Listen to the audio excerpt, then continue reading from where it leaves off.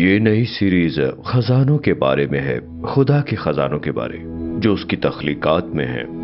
تو ہم دیکھنے جا رہے ہیں الاسکا کے جیتے جاگتے خزانوں کو۔ ہم یہاں کینیڈا میں خدا کی تخلیقات میں موجود ہیں اور خدا کی تخلیق ایگی ریچ کی حیرت انگیز حرکات کو فلما رہے ہیں۔ برفانی ریچھ سرد علاقوں میں رہتے ہیں، یہ سرد موسم کے لیے ڈیزائن کیے گئے ہیں۔ یہ ریچھ جتنے بڑے اور گول ہوں گے اپنے جسم میں اتنی حرارت محفوظ کر سکیں گے۔ ایسا جانور ہمارے خالق نے حیرت انگیز طور پر تخلیق کیا۔ موز ہرن خاندان کے سب سے بڑے ممبر ہیں اور یہ سب سے زیادہ خطرناک ہیں۔ ایک اینٹیلوپ ایک دن میں 1 انچ سے 1.5 انچ تک بھی بڑھ سکتا ہے۔ لومڑی کی سننے کی قابلیت بہت اچھی ہے، وہ برف کے کئی انچ نیچے ہلکی ہلکی حرکت کا بھی پتہ لگا سکتی ہے۔ یہ زمین کے برقی مقناطیسی نظام کو استعمال کر رہی ہے۔ اس نے آخر یہ کہاں سے سیکھا؟ یہ بہت حیرت انگیز ہے۔ بھیڑیے ٹھنڈے علاقوں میں رہتے ہیں جہاں کا درجہ حرارت -40 ڈگری تک ہو سکتا ہے۔ یہ ناقابل یقین چیز ہے، خدا نے حیاتیات کو اپنے ماحول میں زندہ رہنے کے لیے تخلیق کیا ہے۔ کسی چیز کے ارتقاء کے لیے آپ کو اطلاعات اس کے جینز میں شامل کرنا پڑتی ہیں۔ خوبصورت شمالی انوار اور جنوبی انوار ایک چھوٹی سی یاد دہانی ہے کہ ایک پیار کرنے والا خدا موجود ہے جو ہمیں اپنے حفاظتی ہاتھوں میں تھامے ہوئے ہے، وہ بھی اس خاص سیارے پر۔ سی آٹر اور جوائنٹ سی ویڈ براؤن کلٹ کے مابین ایک انوکھا رشتہ ہے، اور خدا نے ان کو ڈیزائن کیا تاکہ ان کے کان بند ہو جائیں اور ناک بند ہو جائے۔ سی آٹر کی کھال اس کا درجہ حرارت گرم رکھنے میں مدد دیتی ہے۔ سی اوٹر ہمارے خداوند کی دیکھ بھال اور ہمدردی کی ایک اور زندہ مثال ہے، ہمارے تخلیق کار کی۔ جیسے وہ کام کرتا ہے ہم تصور بھی نہیں کر سکتے۔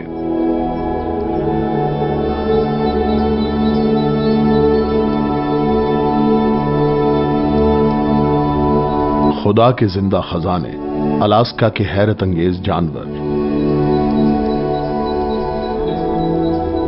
موز۔ آئیے موز کے بارے بات کرتے ہیں جو میرے فیوریٹ جانوروں میں سے ہے۔ موز ہرن فیملی کا سب سے بڑا جانور ہے اور یہ دوسرا سب سے بڑا جانور ہے جو شمالی امریکہ میں پایا جاتا ہے اور صرف بیل ہی سے آگے ہے۔ ایک بڑا بیل تقریباً 7 فٹ لمبا یا اس سے زیادہ لمبا ہو سکتا ہے۔ اس کا وزن 1500 پاؤنڈ ہو سکتا ہے اور یہ اپنے بڑے بڑے شاندار سینگ کے لیے مشہور ہے جو ان کے سر پر موجود ہیں، اور ان کے سینگوں کا وزن 80 پاؤنڈ تک ہو سکتا ہے۔ کیا آپ اپنے سر پر 80 پاؤنڈ لے کر گھومنا پسند کریں گے؟ میں تو نہیں۔ اب جب کہ سینگ بڑھتے ہیں تو یہ بہت نرم ہوتے ہیں اور انہیں آسانی سے نقصان پہنچایا جا سکتا ہے، لہذا موز کو اپنے سینگوں کے ساتھ واقعی محتاط رہنا پڑتا ہے۔ موسم خزاں میں ان کی خون کی رگیں سکڑنے لگ جاتی ہیں اور یہ سینگ بہت سخت ہو جاتے ہیں اور یہ اپنا سر درختوں سے رگڑتے ہیں، اور آپ ایسا الاسکا میں دیکھ سکتے ہیں جہاں انہیں ایسا کرتے دیکھا جا سکتا ہے اور وہ ان کو سخت کر لیتے ہیں۔ اب اس کے پاس یہ سینگ موجود ہیں اور اسے ان سینگوں پر ناز ہے اور وہ ادھر ادھر جا رہا ہے اور دیکھ رہا ہے کہ دیکھو میں بہت بڑا ہوں، تم میرا مقابلہ نہیں کر سکتے۔ یہ تحفظ اور ڈرانے کے لیے استعمال ہوتے ہیں۔ کئی بار بیل آپس میں لڑتے ہیں یہ دیکھنے کے لیے کہ ریوڑ میں طاقتور کون ہے، اور کیا آپ جانتے ہیں یہ سینگ شروع سے آخر تک بہت تیزی سے بڑھتا ہے۔ یہ وہ اعضاء ہے جو کسی بھی جانور کے پاس ہوتا ہے۔ یہ بس 3 سے 5 ماہ تک چھوٹا رہتا ہے، بعد میں مکمل طور پر بڑا ہو جاتا ہے۔ اس کے سینگ ایک دن میں 1 سے 1.5 انچ تک بھی بڑھ سکتے ہیں۔ ان کے پاس ظاہری طور پر دکھنے میں بہت خوبصورت سینگ ہیں، لیکن جو کہ در حقیقت بہت ہی خطرناک اور نوکیلے ہیں، مگر اوپری سطح بہت ہی گول اور ملائم نظر آتی ہے، یعنی آپ کو اندازہ نہیں ہوتا کہ ان کے نیچے بہت ہی نوکیلی ہڈی ہے۔ زندگی میں بھی بہت سے نوکیلے موڑ ہوتے ہیں جو کہ اکثر خفیہ رہتے ہیں، کیونکہ ہمارا ایک دشمن ہے جسے شیطان کہا جاتا ہے۔ وہ اچھا دکھائی دینا چاہتا ہے اس لیے تاکہ وہ ہماری بے خبری میں ہمیں جکڑ لے، یعنی وہ غفلت میں ہمیں پکڑ کے گھیر لیتا ہے اور پھر وہ ہم پر اپنے نوکیلے وار شروع کرتا ہے، اس کے طاقتور اور مصیبت زدہ وار۔ لہٰذا ہمیں چوکنا رہنا ہوگا۔ یہ ایک اور وجہ ہے کہ ہمیں کلام خدا کو اپنے دلوں میں چھپائے رکھنے کی ضرورت ہے۔ یہ خدا کا کلام ہے، اس کی روح سے متحرک ہے جو کہ ہم میں پناہ رکھتا ہے اگر ہم اسے نجات دہندہ مان لیں۔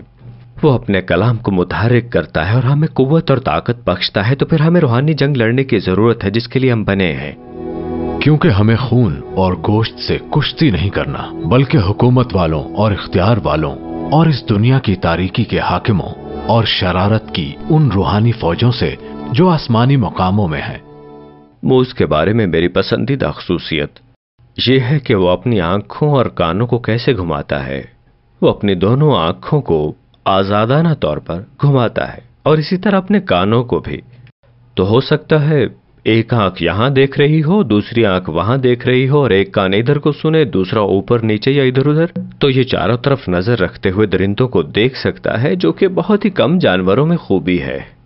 अलास्का की सर्दी में मूस कैसे जिंदा रहता है? चुनाचे बहुत से मैमल जानवर जो सर्दी के माहौल में रहते हैं उनके पास डबल कोट होता है। उन पर एक बहुत मोटी अंदरूनी परत होती है जो उन्हें बहुत ज्यादा गर्म रखती है, और पर वो बैरूनी तह जो वाकई जिस्मानी रंगत फराहम करती है, जो कुछ मैमल जानवरों के बारे में जानते हैं। हाँ, लेकिन मूस का डिजाइन उनसे मुख्तलिफ है। उनकी दो तहें हैं, लेकिन उनके बाल दरअसल अंदर से खोखले होते हैं, और वो खोखलापन क्या करता है, ये दर हकीकत जिस्म में ज्यादा गर्मी पैदा करता है। दर हकीकत ये मूसलियत के साथ इतना अच्छा काम करता है कि जब दर्जा हरारत 30 डिग्री फ़ारेनहाइट तक पहुंच जाता है तो हम में से बेशतर कांपने लगते हैं। लेकिन एक मूस क्या करता है कि ये दर हकीकत 23 डिग्री फ़ारेनहाइट पर हाँप रहा होता है, क्योंकि इस पर परत के जरिए जिस्मानी हरारत बरकरार रहती है। आहिस्ता आहिस्ता तब्दीलियों के जरिए अर्तका ऐसी कोई चीज कैसे तैयार कर सकता है जो कि कभी नहीं हो सकती है। सिर्फ खुदा ही है जो ये चीज जीनों में डाल सकता है, जहां पर ये अपने खोखले बाल बनाते हैं। वो इसलिए क्योंकि ये इस माहौल की जरूरत है। मूस बहुत अच्छे तैराक हैं, ये कई रकबे तक तैर सकते हैं और खुदा ने उन्हें वाकई लंबी टांगों के साथ डिजाइन किया है, लिहाजा ज्यादातर वो दरियाओं के पार चलते हैं कि अगर झील के वो उस पार जा रहे हैं, अगर दरिया गहरा है तो कोई मसला नहीं, वो तैर सकते हैं। जब हम किसी मूस के जिस्म को देखते हैं तो वो वाकई एथलेटिक नजर नहीं आते। उन्हें देखकर ऐसा नहीं लगता कि वो वाकई तैराकी कर सकते हैं, लेकिन वो अच्छे तैराक हैं। इनके खुर बहुत बड़े होते हैं। ये दरअसल तकरीबन 6 मील फी घंटा की रफ्तार से तैर सकते हैं, और कुछ गोल्ड ओलंपिक तैराक सिर्फ 4 मील फी घंटा की रफ्तार से तैर सकते हैं। लिहाजा ये हम इंसानों से कहीं ज्यादा तेज होते हैं। और ना सिर्फ ये बाल जो कि खोखले होते हैं, ना सिर्फ इनका दर्जा हरारत गर्म रखते हैं, बल्कि इन्हें मजीद गर्माहट देते हैं। इस तरह ये ज्यादा लंबे अरसे तक तैर सकते हैं क्योंकि इनके बालों को इस तरह डिजाइन किया गया है। उनके अंदर एक खूबी है अपने आप को एक तरह से छुपाने की। भेड़ियों से वो ये रात को सोने से पहले करते हैं, क्योंकि जब ठंडी हवा या तेज हवा चल रही हो, वो हवा की मुखालिफ सिमत में ऊपर की तरफ जाते हैं और फिर मुड़कर हवा की तरफ भागते हैं और वहां जाकर वो सोते हैं। तो मिसाल के तौर पर अगर कोई भेड़िया है जो कि उनका पीछा कर रहा हो, तो वो उनकी हवा में आने वाली खुशबू की वजह से उसके पीछे जाएंगे, लेकिन अब वो हवा की सिमत में वापस आ गया है। तो अब ये मूस दरिंदे की आमद को भांप सकता है और ये उसे एक तरह की वार्निंग देता है, और किसी बूढ़े मूस को या बाकी कबीले को कि कोई भेड़िया उस तरफ आ रहा है। ये मुड़कर भागता नहीं, ये वहीं खड़ा रहता है, उन्हें घूरता रहता है, और अगर ये नहीं भागता तो काफी मौका है कि वो उसे ना छुए, क्योंकि वो चाहते हैं कि उनका शिकार उनके आगे भागे और थक कर उनके सामने गिर जाए। ये उनका तरीका है कि वो अपने शिकार को थका कर भगा कर मारते हैं। तो अगर मूस नहीं भागता तो हो सकता है वो सोचे कि ये बराबरी का मुकाबला है, क्योंकि हम जानते हैं कि मूस किक करते हैं, तो क्यों ना कोई आसान शिकार ढूंढे। मूस तन्हा रहते हैं। हिरन के खानदान के बहुत से अरकान इकट्ठे रहते हैं, लेकिन मूस नहीं रहते। ये अपने आप पर रहते हैं। ये अलास्का के खतरनाक जानवरों में से एक हैं और ये वाकई मुझे हैरान करता है। मौसम बहार में गायें बछड़ों की बहुत हिफाजत करती हैं और खतरनाक हो सकती हैं, और अब मौसम खिजा में अब बैल बहुत जारहाना होते हैं। क्या आप जानते हैं कि अलास्का में बहुत से लोग रीछों के मुकाबले मूस के हाथों ज्यादा जख्मी होते हैं, और दरअसल दुनिया भर में ये दूसरा सबसे खतरनाक जानवर है। वो जो पहले नंबर पर आता है दुनिया भर में सबसे ज्यादा खतरनाक है दरियाई घोड़ा। मूस उसके बिल्कुल पीछे है। ये मुझे हैरान कर देता है, जब एक मूस खुराक खाता है तो उसके आसपास मजबूत गिरफ्त वाले होंठ होते हैं। ये होंठ एक उंगली की तरह होते हैं। ये इंतहाई मजेदार टहनी और घासों को ढूंढने की कोशिश करता है जो ये घास खाता है, और अपने होंठ को इस खुराक के गिर्द लपेटता है ताकि वो इसे आसानी से निगल सके। वाकई ये बहुत लाजवाब है।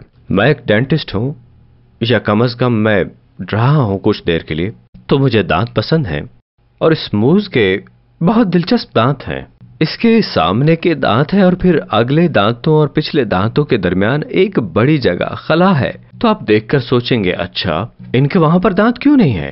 اس کی وجہ یہ ہے کہ ہمارے خالق نے یہ جگہ بنائی ہے تاکہ یہ شاخ کھا سکیں. مثال کے طور پر وہاں یہ ایک درخت کی ٹہنی کھانا چاہتا ہے تو اس کے سامنے اور پچھلے دانتوں کے درمیان یہ آ سکتی ہے اور پھر یہ اسے کھائے گا اور اپنا سر ہلائے گا اور اس سے تمام پتے شاخ سے ہٹ جائیں گے اور پھر شاخ دوسری طرف نکل جاتی ہے، یعنی ایک طرف پتے چلے جاتے ہیں تاکہ وہ آسانی سے انہیں چبا سکے.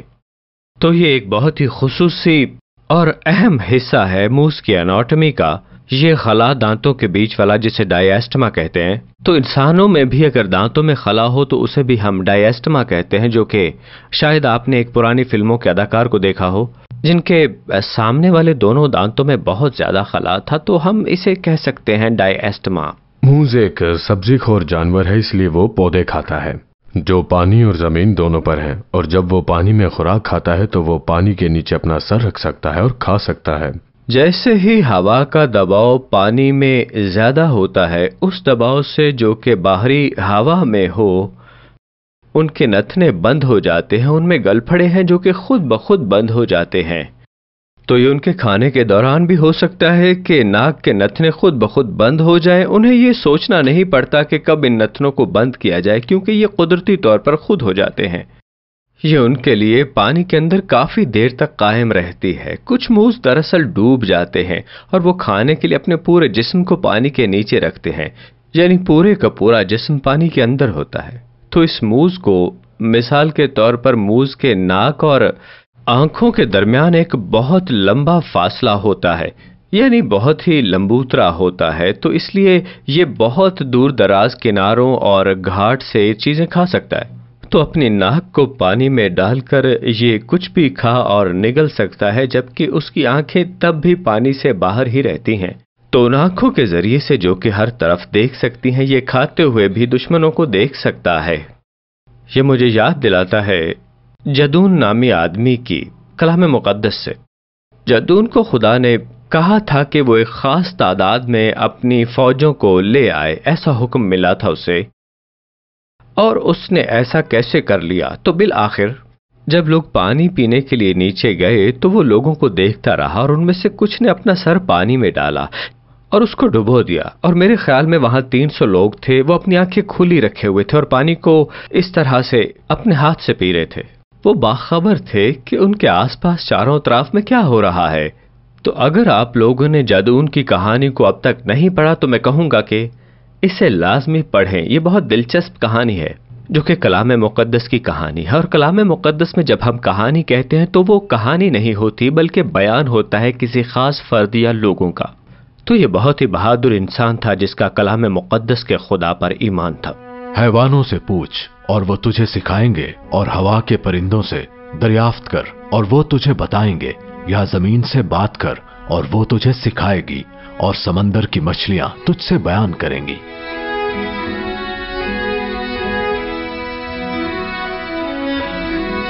بھیڑیے. سورمی بھیڑیے کو بوڑھا بھیڑیا بھی کہا جاتا ہے. اس پر سب سے زیادہ تحقیق ہوئی بنسبت دوسرے جنگلی حیاتیات کے، اور ایک بڑا سرمئی بھیڑیا تقریباً 7 فٹ کا ہو سکتا ہے اور اس کا وزن 170 پاؤنڈ تک کا ہو سکتا ہے. ان کی لمبی ٹانگیں ہوتی ہیں جو انہیں برف میں گزرنے میں مدد دیتی ہیں، اور یہ تیز رفتار سے آگے بڑھتے ہیں اور اس فاصلے کو طے کرنے کے لیے اس شرح کو ایک وقت میں گھنٹوں تک برقرار رکھتے ہیں. در حقیقت ان کے پاس شکار کا ایک بڑا علاقہ ہے جو ان کی ضرورت سے بھی بڑا ہے، کیونکہ وہ اس بات کو یقینی بنانا چاہتے ہیں کہ انہیں اس علاقے میں بہت زیادہ خوراک مل جائے. یہ بہت سماجی جانور ہے.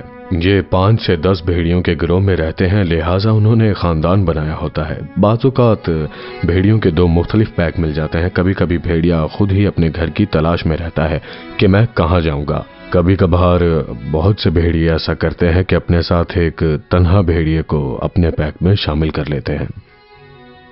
کچھ سال قبل ہم بھیڑیوں کی ایک پناہ گاہ میں تھے اور ہم نے کچھ دلچسپ رویہ دیکھا.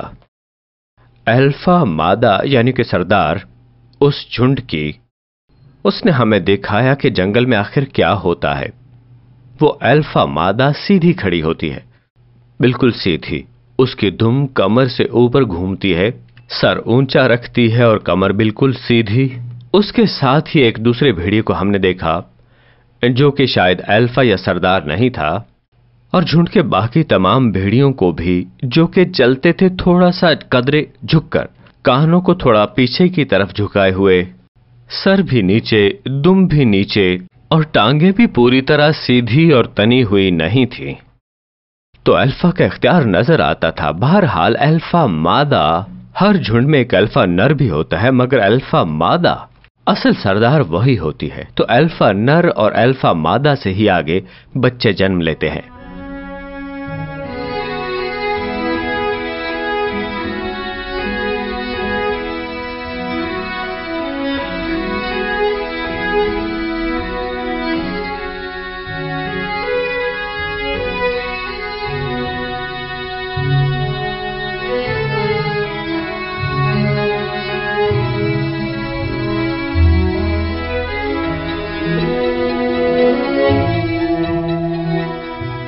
ताहम भेड़ियों को उनकी मशहूर आवाज की वजह से जाना जाता है जो वो निकालते हैं, और वो दीगर अरकान को पुकार कर बुलाते हैं, यही अब वक्त आ गया है कि हम शिकार पर जाएं और डिनर का एहतमाम करें।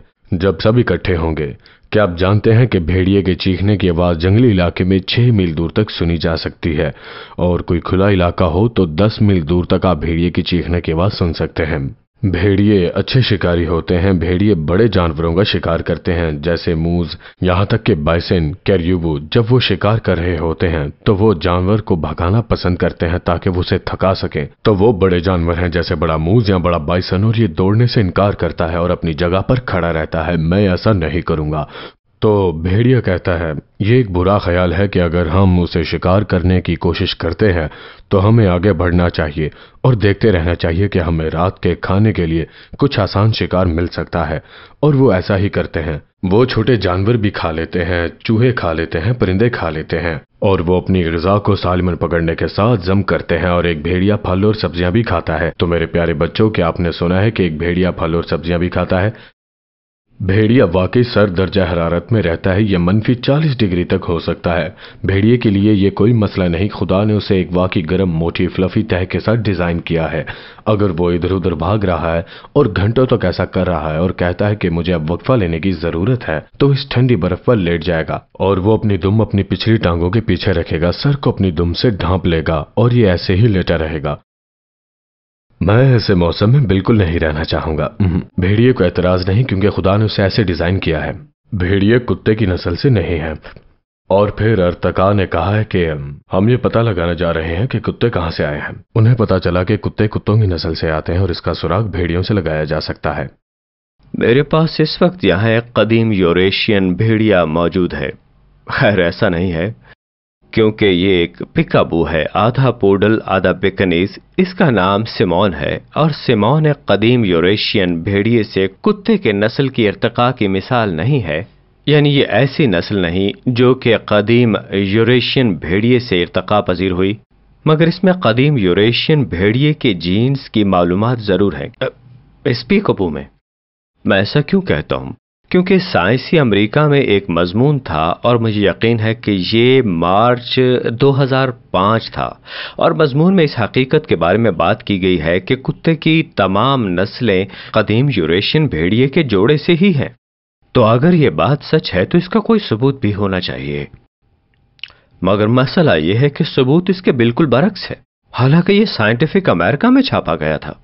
मेरा क्या मतलब है जब मैं कहता हूं कि सबूत बरक्स है, तो इस सिलसिले में किसी चीज के इर्तिका के लिए उसके जीन्स में कुछ इतलात डालनी पड़ती हैं, तो उसके अंदर हमें डालने की जरूरत थी कुछ पिकाबू इतलात की उसमें, यानी कदीम यूरेशियन भेड़िए के जीन्स में तो ये नहीं है। तो फिर हकीकत में हुआ क्या?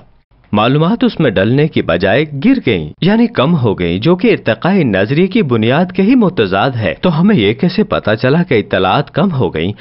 क्योंकि ऐसा नहीं कि आप इस किस्म के कुत्ते को चुने और खुसूसी तौर पर उसकी कदीम यूरेशियन भेड़िए में अफसाश नस्ल कर लें। वो जीन्स इसमें नहीं है तो वो कहीं और ही रह गए। तो ये इर्तिकाई अमल के बिल्कुल मुतजाद है। अब अगर इर्तिकाई अमल को मानने वालों के पास सबूत है कि तमाम कुत्ते कदीम यूरेशियन भेड़िए जोड़े से पैदा हुए, तो मैं कहूंगा कि ठीक है, उन्होंने साबित किया कि नूह ने कश्ती पर यूरेशियन भेड़िए की एक कदीम जोड़ी रखी होगी, क्योंकि वो कहते हैं कि खुदा ने हर किस्म के जानवरों में से 2 को लिया। तो हमारे पास K9 किस्म के कदीम यूरेशियन भेड़िए और वो सब कुछ हैं जो जीन्स में दरकार थे। ठीक है, मिसाल के तौर पर ये पिकाबू।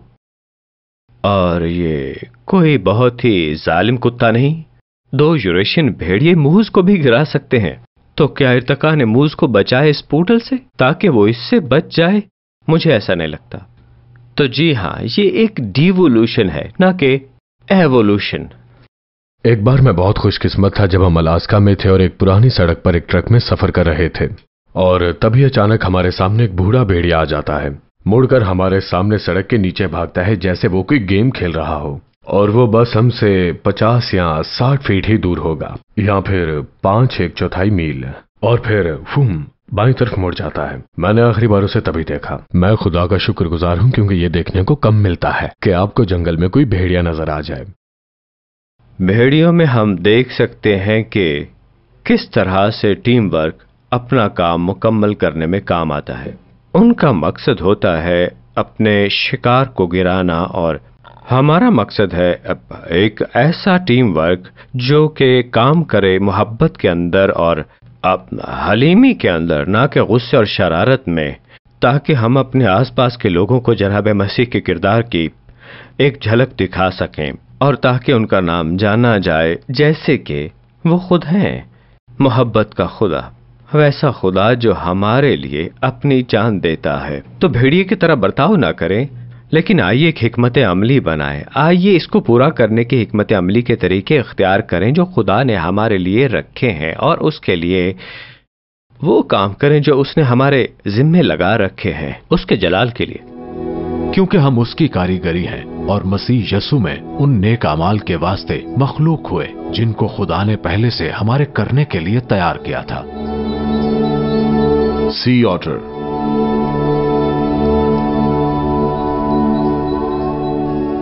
मैं बहरी ऊदबिलाव की बात करना चाहता हूं। ये एक समुद्री ममाली जानवर है जो अलास्का के साहिल पर रहता है, और ये जानवर बहुत सुस्त होता है। मेरा मतलब है कि मुनफरिद होता है। इसकी वजह यह है जब ये पानी में तैरते हैं तो लेटना पसंद करते हैं, और ये आरामदेह है। ये बहुत जिंदा दिल जानवर है, इसे देखकर लुत्फ आता है। क्या आप जानते हैं कि ये नेवले के खानदान के सबसे भारी रुकन है, लेकिन ये समंदर के सबसे छोटे जानवरों में से एक है।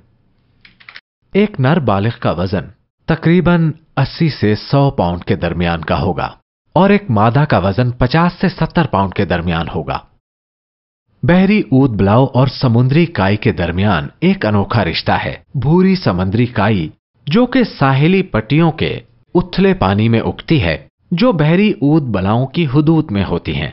बहरी ऊदबिलाव समुद्री काई से फायदा उठाते हैं क्योंकि जब वो झपकी लेते हैं तो वो अपने आप को समुद्री काई में लपेट लेते हैं, और ये उसे लहरों के जरिए गहरे पानी में जाने से रोक देता है। तो ये उनका सोने का वक्त है, या नैप टाइम सीट बेल्ट होता है। लेकिन ये भी कि बहरी ऊदबिलाव के लिए समुद्री काई एक बहुत बड़ा फायदा है, क्योंकि एक साथ उगने वाली समुद्री काई एक जेरे जमीन जंगल की तरह होती है, जो बहुत सी दीगर समुद्री मखलूकात का घर है जो समुद्री काई में रहना पसंद करते हैं, और वही मखलूकात अक्सर बहरी ऊदबिलाव का खाना होती हैं। लिहाजा बहरी ऊदबिलाव को भूरी समुद्री काई में और उसके दरमियान रहने से बहुत फायदा होता है। लेकिन समुद्री काई खुद अक्सर बहरी खारपुश्त की खुराक होती है। दर हकीकत अगर बहरी खारपुश्त को चेक नहीं किया जाता तो ये समुद्री काई को जल्दी जल्दी खाता है, और ये बहरी ऊदबिलाव के लिए नुकसानदेह है। ताहम बहरी ऊदबिलाव ने बहुत से बहरी खारपुश्त खाकर एहसान वापस किया। जब एक ऊदबिलाव शिकार के लिए पानी में गौता लगाता है तो खुदा ने इसे ऐसे डिजाइन किया है ताकि उसके नाक और कान बंद हो जाएं। ये 5 मिनट तक अपनी सांस रोक लेगा। ये 25 फुट नीचे पानी में गौता लगा सकता है। खुदा ने इसके छोटे पंजों को हकीकी हसास होने के लिए डिजाइन किया है। इन पर हसास बाल हैं, और वो पानी की तरह कीचड़ और गंदगी और वो छोटे बाल और वो पंजे नीचे के साथ होते हैं अपने पसंदीदा खाने तलाश करते हुए। तो क्या आप जानते हैं कि ज्यादातर केकड़ा, झींगा या बहरी खारपुश्त खाता है, और खुदा ने इसकी टांगें कुछ इस तरह डिजाइन की हैं कि इसकी अगली टांगों के साथ कुछ जिल्द है जो जुड़ी होती है। अब जुड़ी हुई जिल्द उसके सीने के उस पार जाती है जो जेब की तरह काम करती है। ये कीड़ों और झींगों को लेकर उस जेब के अंदर डालते हैं। फिर ये इधर उधर देखकर एक पत्थर उठाता है और उसे अपनी जेब में डाल लेता है, और फिर पानी से ऊपर आ जाता है और कमर के बल लेट जाता है नीचे। और ये ऐसा कर सकता है तकरीबन 15 सेकंड में 45 बार, बहुत तेजी से, यानी bang bang bang bang bang bang bang. और फिर ये धमाके से उसे खोल देता है और फिर अपना खाना बाहर निकालता है और खाता है। उसके अगले पंजे तकरीबन हाथों की तरह है। बहरी ऊदबिलाव की खाल उन्हें पानी में गर्म खून वाली मखलूक के तौर पर गर्म रखने में हैरत अंगेज है, जो कि इंतहाई सर्द है। इनके ऊपर चर्बी नहीं होती। अगर इनकी खाल इन्हें गर्म नहीं रख पाती तो ये मर जाएंगे। बहरी ऊद बलाओं की खाल तमाम मैमलों में सबसे घनी है, फी मुरब्बा इंच बालों के तकरीबन 10 लाख बाल। बहरी ऊद बलाओं की खाल उसे पानी के नीचे गर्म रहने में बहुत मदद देती है। मैं कह नहीं सकता कि मेरे बाल लेकिन आम आदमी के बाल तकरीबन 20,000 के करीब होते हैं उसके सर पर, यानी उनके बाल बहुत ज्यादा हैं। अब इसको अपनी अंदरूनी तह को वाटर प्रूफ रखना है, तो ये ऐसा कैसे करता है? तो खुदा ने इसे एक ऐसे बैरूनी परत के साथ डिजाइन किया है जो कि अंदरूनी परत के ऊपर है और ये वाटर प्रूफ है। बहरी ऊद बलाएं बहुत ज़हीन है और ये बहुत सीख सकती हैं और दूसरी मखलूकात भी सीख सकती हैं, क्योंकि इंसान अक्सर साहिली पानियों में गंदगी डालते हैं, बियर के कैन या सॉफ्ट ड्रिंक के डब्बे फेंक देते हैं। ऑक्टोपस के बच्चों ने इन डब्बों में रेंगना और छुपने की जगह के तौर पर इस्तेमाल करना सीखा है। उनकी तरह ये एक ज़ायशुदा खौल में रेंग सकते हैं। लेकिन ये सिर्फ ऑक्टोपस नहीं है जिन्होंने इन डब्बों को इस्तेमाल करने का अंदाजा लगाया है, क्योंकि बहरी ऊद बलाओं ने यह मालूम किया है कि जब वो धात के डब्बे को चीरते हैं तो अक्सर उसके अंदर एक ऑक्टोपस होता है। ये उनका खाना है। बहरी ऊद बलाएं वक्तन फवक्तन ये करती रहती हैं, धात के खुले डब्बे को फाड़ते हैं और उसमें ऑक्टोपस तलाश करते हैं। यही खाना है उनका। सी ऑटर का एक बच्चा होता है जिसे पप कहा जाता है। जब वो पैदा होता है तो बहुत मुलायम होता है। दर हकीकत ये पानी पर गॉक की तरह तैरता है और वो अपने बच्चों को पालते हैं जबकि वो उनकी पीठ पर होते हैं, और जब बच्चे उठते हैं तो सामने वाले हिस्से पर सवार होते हैं। लेकिन फिर कभी कभी माँ को खुराक तलाश करने जाना पड़ता है, तो वो बच्चे के साथ क्या करेगी? तो वो बच्चे को समंदरी काई के पास ले जाएगी और बच्चे को समंदरी काई में लपेटेगी, जैसे उसे लंगर में डाल रही हो, उसे पट्टा डाल रही हो या उसे कार की सीट से बांध रही हो। तो ये ऊद बलाओं की माँ अपने बच्चे को उससे बांधती है और फिर मछलियां पकड़ने जाती, फिर वापस आती है। और जब वो जाग जाए और माँ को ना पाए तो वो अपनी माँ के लिए बहुत रोता है, और जब माँ वापस आती है तो ये बहुत पुरजोश हो जाता है। बहुत अकीदतमंद माँ है, तो ये अपने बच्चे को पुकारती है और उसे अपने सीने से लगा लेती है और इससे अपने बाजू में छुपा लेती है, और ये उसे मुसलसल तैयार करती रहती है। आखिरी बार जब मैं अलास्का में था तो हमने उनमें से सिर्फ 2 को देखा जो एक साथ थे, लिहाजा ये 2 से 10 तक भी हो सकते हैं। तारीख गवाह है, कई बार ऐसा देखा गया है कि 100 ऊद बिलाव इकट्ठे हो गए हैं, और इसे राफ्ट कहा जाता है। ये बहुत कम होता है कि आप देखें कि इनमें से बहुत से एक साथ हों, लेकिन अक्सर ऐसा मादा और बच्चे एक गिरोह में होंगे और नर दूसरे गिरोह में। ये चहचहाते हैं और उनका अच्छा वक्त गुजरता है एक दूसरे के साथ। बाज औकात जब ये सोते हैं तो एक साथ इकट्ठे हो जाते हैं ताकि ये अलग ना हो। और बहरी ऊद बलाओं के लिए एक और बहुत आम तरीका यह है कि वो खुद को समुद्री झाड़ियों, समुद्री काई में लपेट लेते हैं, ऐसे जैसे कि ये सीट बेल्ट हो जो इन्हें गहरे पानी में डूबने से बचाएगा जब ये सो रहे होंगे। और इनके बहुत कम दुश्मन होते हैं क्योंकि ये नेवले के खानदान के अहम रुकन हैं। इनसे अक्सर बहुत गंदी बदबू आती है और ये बहुत बदबूदार होते हैं। सिर्फ एक ही बुनियादी मसला है जो इन्हें ऑर्किड्स के साथ है। बाजों का दरियाई बछड़ा और अकाब इनके लिए एक मसला बन सकते हैं। इसके अलावा इनके कोई दुश्मन नहीं, जो बहरी ऊद बिलाव के लिए एक अच्छी बात है। ऊद बलाओ हमारे खल्के खुदा की देखभाल और हमदर्दी की एक और मिसाल है। हमारे खालिक की जिस तरह से वो काम करता है उसकी कोई मिसाल नहीं मिलती। ये खुदावंद की शफकत है कि हम फना नहीं, क्योंकि उसकी रहमत लाजवाल है। वो हर सुबह ताजा है, तेरी वफादारी अजीम है। आखिरी अनवार।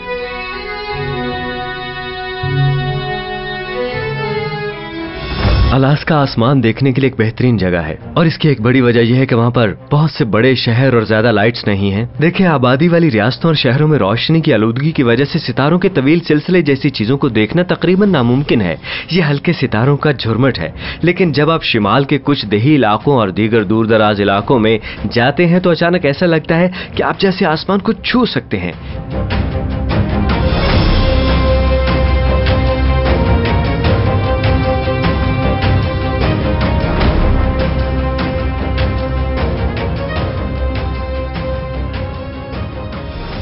चूंकि मुझे फल्कियात का इतना शौक है कि मैं हमेशा शुमाली अनवार को देखना चाहता था बड़े गौर से, मगर मैं टेनेसी में रहता हूं जो कि इसके लिए बेहतरीन जगह नहीं।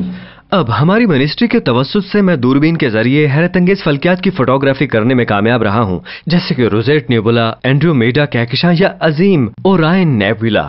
یہاں تک کہ میں نے بھنور کہکشاں میں ایک ستارے کے بھڑک اٹھنے اور سورج کے چہرے پر سے زہرہ کی منتقلی کی تصویر بھی لی ہے، مگر شمالی انوار کی تمام تصویروں کے بعد بھی میں نے اسے اپنی آنکھ سے ایک بار بھی نہیں دیکھا تھا۔ تو حال ہی میں برٹش کولمبیا میں تھا، جو کہ الاسکا کے قریب ہی ہے، ایک خطابی دورے پر، اور ایک بڑی اچھی فیملی مجھے میری پریزنٹیشن سے واپس لا رہی تھی۔ تو انہوں نے پوچھا کیا میں شمالی امریکہ کے سب سے بڑے لکڑی کے اشرے کی تصویر لینا چاہتا ہوں؟ تو میں نے کہا کہ ہاں۔ اب یہ کافی تھکا دینے والا دن تھا، اور آپ کہہ سکتے ہیں کہ میں کچھ تھکا ہوا بھی تھا، پر میں نے اپنا ٹرائی پاڈ اور DSLR کیمرہ پکڑا اور میں نے پہلی تصویر لی۔ جب میں اس نظارے کا فریم بنا رہا تھا تو میں نے اپنی ذیلی آنکھ میں ایک بہت ہی چھوٹی سی روشنی کو دیکھا، تو میں نے کیمرے کو پیچھے گھمایا۔ اب وہاں افق کے اوپر بہت خوبصورت سبز روشنی تھی، اور اگلے چند منٹوں میں روشنی کے بہت سے خوبصورت رنگ افق سے ابھر رہے تھے۔ یہ وہ شمالی انوار تھے جو الاسکا، شمالی کینیڈا اور اس طول و بلد کے چاروں طرف دیکھے جا سکتے ہیں۔ تو جب کچھ ایسا ہوتا ہے تو آپ کو رک کر نہ صرف خدا کا شکر ادا کرنا پڑتا ہے جس نے طبیعیات کے ذریعے ان روشنیوں کو ممکن کیا، مگر اس لیے بھی کہ اس نے اس خاص دن اور خاص وقت میں مجھے وہاں بھیجا جبکہ میرے پاس میرا DSLR کیمرہ بھی موجود تھا۔ تو یہ انوار، جیسا کہ ہم انہیں شمالی انوار بھی کہتے ہیں، شمسی ہوا کے چارج شدہ ذرات کے تعامل کی وجہ سے ہوتے ہیں جو زمین پر مسلسل رونما ہوتے ہیں۔ اب زمین کی ایک مقناطیسی فیلڈ ہے، اس کے ارد گرد ایک جیو میگنیٹک فیلڈ ہے، اور جب یہ شمسی ہوا جس میں نقصان دہ تابکاری ہوتی ہے زمین کی طرف لپکتی ہے تو مقناطیسی فیلڈ دراصل اس کے بیشتر حصوں کو پیچھے ہٹانے میں مدد دیتا ہے، لیکن ان ذرات کے تعامل ان خوبصورت رنگوں کو شمالی اور جنوبی قطبوں کے گرد ایک گھومتے ہوئے بینڈ میں ظاہر کرنے کا سبب بنتا ہے۔ بعض اوقات جب خلاباز خلا میں جاتے ہیں اور بین الاقوامی خلائی اسٹیشن میں سوار ہوتے ہیں، وہ شمالی انوار کو الاسکا کے قریب سے گزرتے ہوئے دیکھتے ہیں، اور یہ شاندار ہو سکتا ہے، سبز اور گلابی اور سرخ رنگ کے ساتھ، یعنی بہت خوبصورت۔ اگر ہمارے پاس یہ حفاظتی فیلڈ نہ ہوتی تو ہماری فضا سیارے مرکری کی طرح ختم ہو جاتی۔ در حقیقت سینکڑوں مخصوص خصوصیات ہیں جو کہ زمین کو خاص طور پر زندگی کے لیے موزوں بناتی ہیں۔ ملکی وے کہکشاں میں ہماری پوزیشن کا مطلب یہ ہے کہ ہمیں سیاروں کے بھڑک اٹھنے یا عناصر کی کمی کے بارے میں فکر کرنے کی ضرورت نہیں ہے، اور یہ ہمیں باقی کائنات کو بڑی تفصیل سے دیکھنے کی بھی تلقین کرتا ہے۔ سورج سے ہمارا فاصلہ اتنا ہی ہے کہ درجہ حرارت ہمارے قابو میں رہتا ہے جسے ہم سنبھال سکتے ہیں۔ یہ حقیقت کہ پانی زندگی کے لیے ضروری ہے اور ہمارے پاس اس کی اتنی مقدار ہے تو اس میں کوئی شک نہیں ہے۔ آپ جانتے ہیں ہمیں یہ کائنات میں کہیں اور نہیں ملتا، لیکن اگرچہ ہمارے پاس بہت زیادہ پانی ہے، ہمارے پاس بہت زیادہ زمین بھی ہے، ہمارے پاس ایک ارضی سیارہ ہے جہاں ہم کھڑے ہیں اور تعمیر کرتے ہیں اور چل سکتے ہیں، جبکہ مشتری اور زحل جیسے سیارے گھنے مضبوطی سے بھری گیسوں سے بنے ہیں۔ ہمارے پاس ایک چاند ہے جو نظام شمسی کے دیگر چاندوں کے مقابلے میں بڑے پیمانے پر ہے، اور اس کا مطلب یہ ہے کہ اس کی کشش ثقل زمین کو مستحکم رکھنے میں مدد دیتی ہے اور پانی کے درجہ حرارت کو سنبھالتی ہے۔ مطلب ہم گھنٹوں اس پر بول سکتے ہیں، مگر یقینی طور پر ایسا لگتا ہے جیسے زمین کی طاقتور جیو میگنیٹک قوت سمیت یہ تمام خصوصیات کسی وجہ سے موجود ہیں، اور پھر اس فیلڈ کے بغیر ہم نقصان دہ تابکاری کے ساتھ ختم ہو جائیں گے، یعنی شعاعیں کرہ ارض کو بھسم کر دیں گی، اور ہم کبھی ان خوبصورت شمالی انوار کو نہیں دیکھ سکیں گے۔ میرے نزدیک خوبصورت شمالی انوار اور جنوبی انوار ایک چھوٹی سی یاد دہانی ہے کہ ایک پیار کرنے والا خدا موجود ہے جو ہمیں اپنے حفاظتی ہاتھوں میں تھامے ہوئے ہے، وہ بھی اس خاص سیارے پر۔ شمال کا ایک دورہ الاسکا اور اس سے آگے کا تصدیق کرتا ہے ہمارے اس رہبر و خالق کے خوبصورت ڈیزائن کی۔ میں ہوں ڈیوڈ ریوز، یقیناً ہمارے آسمان خدا کے جلال کا اظہار کرتے ہیں۔ ہم نے بہت سے جانوروں کو دیکھا اور ہم دیکھ رہے ہیں بہت سے قدرتی عجائبات کو، اور ہم سن رہے ہیں کہ خدا کو ایسا کرنا تھا اور خدا نے ہر چیز میں ایک ڈیزائن رکھا۔ تو کلام مقدس کیا کہتی ہے؟ یہاں رومیو باب 1 میں کچھ ہے کہ لکھا ہے کہ اندیکھی صفتیں، یعنی اس کی، خدا کا ذکر کرتے ہوئے، ازلی قدرت اور الوہیت دنیا کی پیدائش کے وقت سے بنائی ہوئی چیزوں کے ذریعے سے معلوم ہو کر صاف نظر آتی ہے۔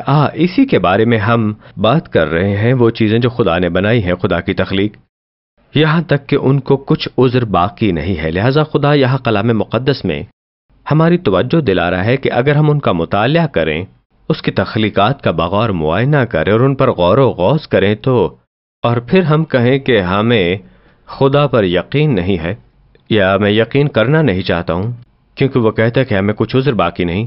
اب ہم بغیر عذر کے کیوں ہیں؟ کیونکہ وہ پہلے ہی کہہ چکا ہے کہ ہم سب نے گناہ کیا ہوا ہے، ہم سب خدا کی شان سے محروم ہیں، ہم سب ہوس کے شکار ہوئے، ہم سب نے کچھ چوری کیا ہے، ہم سب نے کسی چیز کے بارے میں جھوٹ بولا ہے، لہٰذا ہم نے کلام مقدس کے حوالے سے گناہ کیا ہے، یعنی کہ ہم پرہیزگار نہیں، پھر اس کا مطلب ہے کہ ہم اب تک خدا کی موجودگی میں نہیں جا سکتے، کیونکہ وہ عبد الآباد ہے اور ہمیں بھی اس کے لیے پوری راست بازی درکار ہے۔ تو پھر ہم لوگ وہاں کیسے پہنچے؟ تو وہ کہتا ہے کہ وہ، یعنی کلام مقدس کہتی ہے، اپنی محبت کی خوبی یوں ظاہر کرتا ہے کہ جب ہم گناہگار ہی تھے تو مسیح ہمارے لیے موا۔ تو اوکے، ٹھیک ہے، تو اب مجھے کیا کرنا ہوگا؟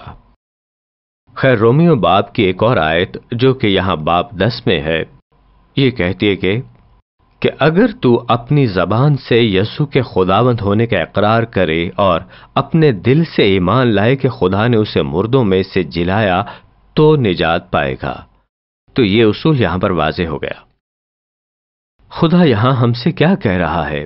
ہم نے اپنے منہ سے اقرار کیا کہ جناب مسیح خداوند ہے، جو کہ وہ ہیں اور وہ خالق بھی ہیں، لیکن ہم اپنے دلوں میں یقین رکھیں کہ خدا نے اسے مردوں میں سے زندہ کیا، یعنی قیامت، کیونکہ جناب مسیح کا مردوں میں سے جی اٹھنا ثابت کرتا ہے کہ ان کی موت کافی تھی کہ وہ اس موت کے مسئلے کا ایک ابدی حل دے دیں جو آدم کے گناہ کی وجہ سے آیا۔ خدا نے آدم کو ہمیشہ زندہ رکھنا تھا۔ خدا نے کہا آدم اس پھل کو ہرگز مت کھانا تم۔ آدم نے وہ پھل کھا لیا، ٹھیک ہے، اب تمہیں مرنا پڑے گا کیونکہ یہ اس کے گناہ کی سزا ہے۔ لہٰذا حضرت آدم کی طرف سے موت آئی، اور جناب مسیح سے، جو کلام مقدس میں دوسرا آدم ہے، کامل زندگی ملتی ہے، کیونکہ انہوں نے ہمارے گناہوں کو اپنے اوپر لے لیا۔ حالانکہ انہوں نے ایک کامل زندگی بسر کی تھی، پھر بھی وہ اپنی اس کاملیت کی وجہ سے کبھی مر نہیں سکتے تھے، لیکن ہمارے گناہوں کے سبب مرے، یعنی کہ صلیب پر، مگر پھر وہ اس موت پر غالب آئے جو کہ آدم کے گناہ کا نتیجہ تھی، اس قیامت پر۔ تو پھر ہمیں کیا کرنا ہے؟ ہمیں پورا یقین رکھنا ہے جناب مسیح خداوند پر، اور ہمیں پورا ایمان اور بھروسہ رکھنا ہے ان میں جو ہمارا خالق ہے اور ہمارا نجات دہندہ بھی ہے۔ اور کیونکہ وہ ہمارا خالق ہے، یہ اسے حق دیتا ہے نجات دہندہ ہونے کا۔ کیا آپ نے اپنا یقین اور ایمان رکھا ہے ہمارے خالق اور نجات دہندہ میں؟ اور کیا آپ اپنی گناہگار حالت کا اعتراف کرتے ہیں اور اس اذن سے نجات مانگتے ہیں؟ اور کیا آپ اسے پکارتے ہیں کہ وہ آپ کی روح کو نجات دیں؟ میں دعا کرتا ہوں کہ اگر آپ نے ایسا نہیں کیا تو اب کریں۔ کلام مقدس میں حضرت یوحنا کی انجیل پڑھیں، اور پھر خدا آپ کو واضح طور پر دکھائے گا کہ اس کا نجات کا منصوبہ آپ کے لیے کیا ہے۔ اب کیونکہ خدا نے دنیا سے ایسی محبت رکھی کہ اس نے اپنا اکلوتا بیٹا جناب مسیح اسے بخشا، تاکہ جو کوئی اس پر ایمان لائے ہلاک نہ ہو پائے، وہ مارا نہ جائے، بلکہ وہ ہمیشہ کی زندگی پائے۔ اور میں امید کرتا ہوں کہ ہم سب کو ہمارے نجات دہندہ کے ساتھ جنت میں آخر کار ابدی زندگی ملے۔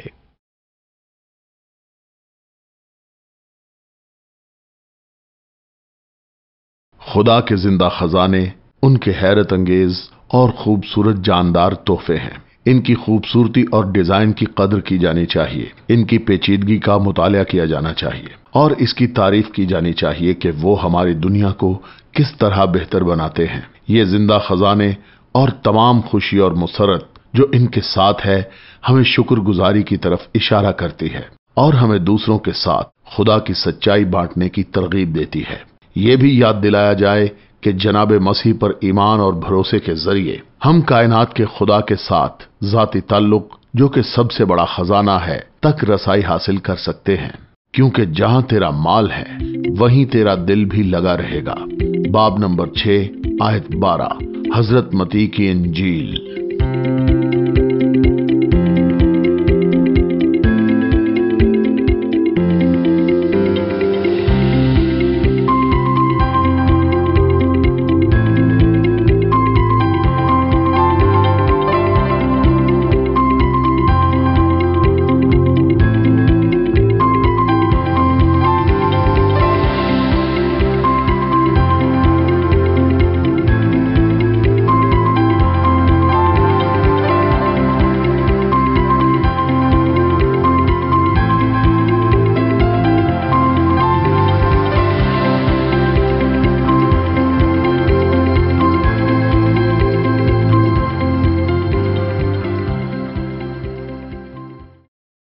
عزیز ناظرین، اس ویڈیو کو دیکھنے کے بعد اگر آپ انجیل شریف کا مفت نسخہ حاصل کرنا چاہتے ہیں تو ہمیں اپنا مکمل پتہ بما موبائل فون کے ارسال کر دیں۔